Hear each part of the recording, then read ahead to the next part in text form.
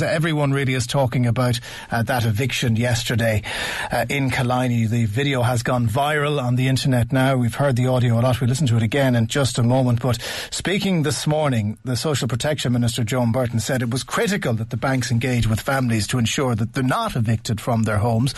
Joan Burton said she couldn't comment specifically on the case of the Kellys, that's the family involved, but she said the government is committed to making sure that evictions like this one just don't happen. The government has said that we want to ensure that people retain their family home, and I think a critical issue there is that there has to be engagement and serious engagement between the bank and the family with a view to making that something that simply doesn't happen.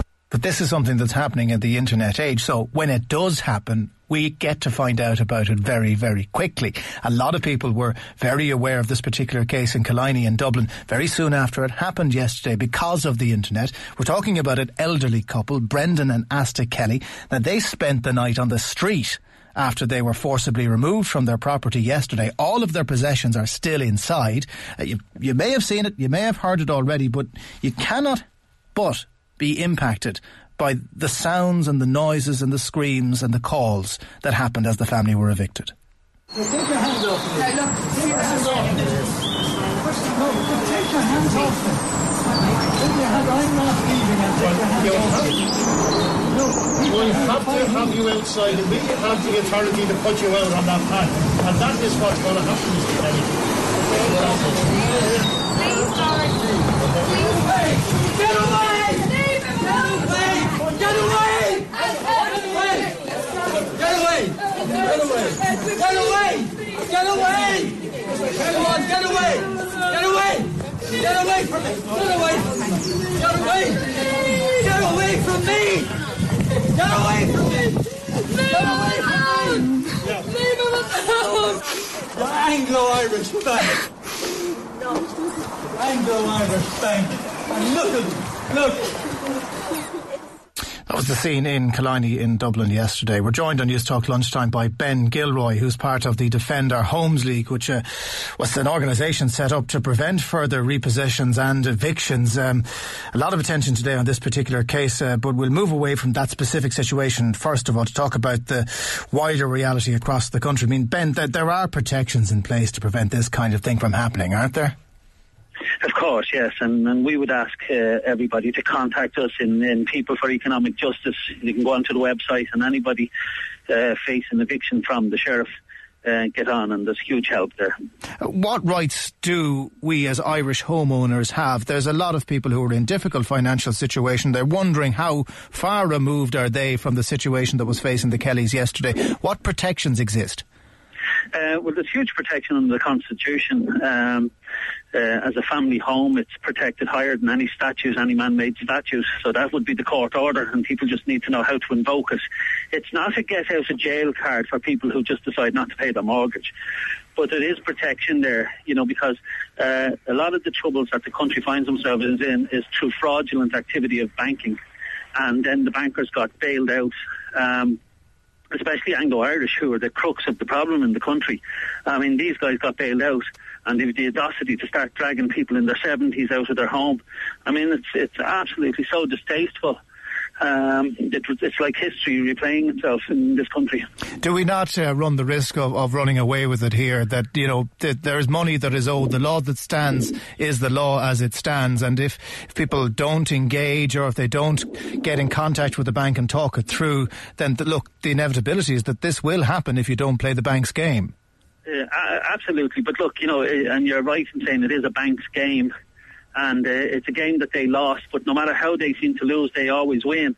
I don't know anyone who doesn't engage the bank. I mean, we help, as you know, an awful lot of people. We engage the bank first, and then it ends up in court if they won't move from their position, and the courts have very little sympathy, and then it ends up with the sheriff, and then ends up with this being dragged out of the home. And somewhere there has to be protection for the people. I mean, the government went into power promising this wouldn't happen and that there would be write-downs of mortgages, and they have even put finance in place into the banks to cushion the blow for people who can't pay, because the bank guarantee scheme that went in did allow for that, and it's not been used. And this is the position. So at this stage, then, we would be asking people to invoke the Constitution, and we will show them how to do it and get in touch. On the basis of that, now, as I said, there are people who are out there who have been unable to pay their mortgage. I mean, I don't know what stage they're at with their bank, but what protocols are there? Just explain what the protocols are. You mentioned the Constitution there. How do you think that could protect people? Well, because in the Constitution it says a man's dwelling is inviolable except as to law. Yeah, but the law states the bank can take it off you if you don't pay the bill. Well, the law doesn't actually state that, you see. That would be on a signed contract binding both parties. In most cases, there isn't one. Also, the family, being the most protected in all society, is protected higher than any man-made statute. So, I mean, you can't get higher than that, right? So unless they have a signed letter from God, they better produce that. What constitutes the family home? You mentioned family home there. Do you have to have the kids living under the roof?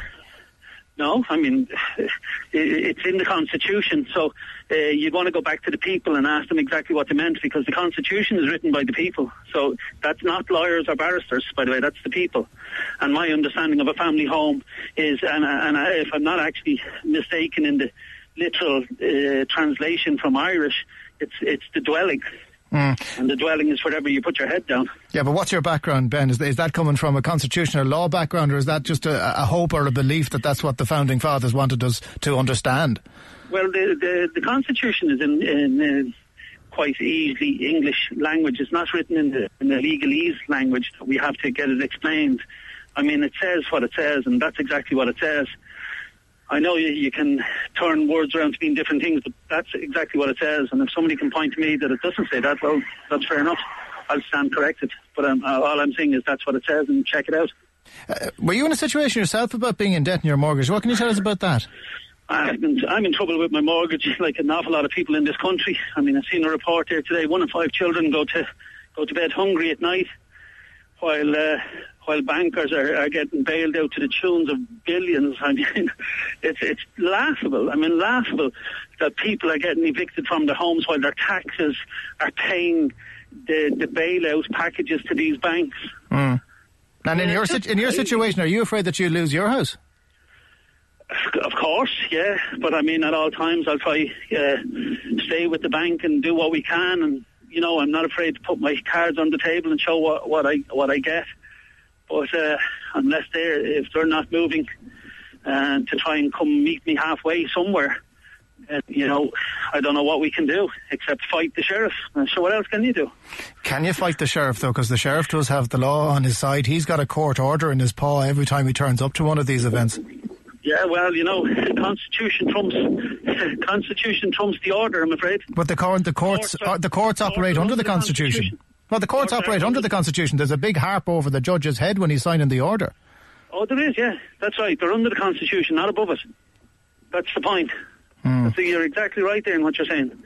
He's not above the Constitution. And neither are the Gardaí. They're sworn to uphold the Constitution, not to uphold orders from the courts. That's secondary.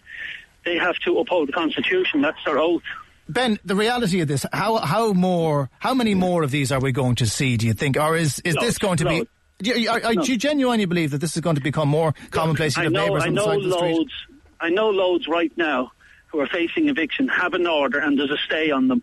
And in some cases the stays will be up now in the next month or so. So there's loads. So that's why in my talk we talk about bringing back direct democracy to this country. What do you mean by what's direct democracy? Direct democracy is something we had in our first constitution. And basically it gives power back to the people. You could call, if you gathered enough votes and you felt strongly about something, you could call enough votes and you would force a referendum. They took that out of our constitution while we weren't watching, and it didn't come back in. And that's why we go around the country now talking and looking for support for direct democracy. Because you had a government of Fianna Fáil who created this awful mess. And of course, this thing will be passed on to our children if we don't grab the thistle. And then you had the likes of Noonan and his cohorts promising this wouldn't be done. and then they get into government and do exactly the opposite. That's not democracy.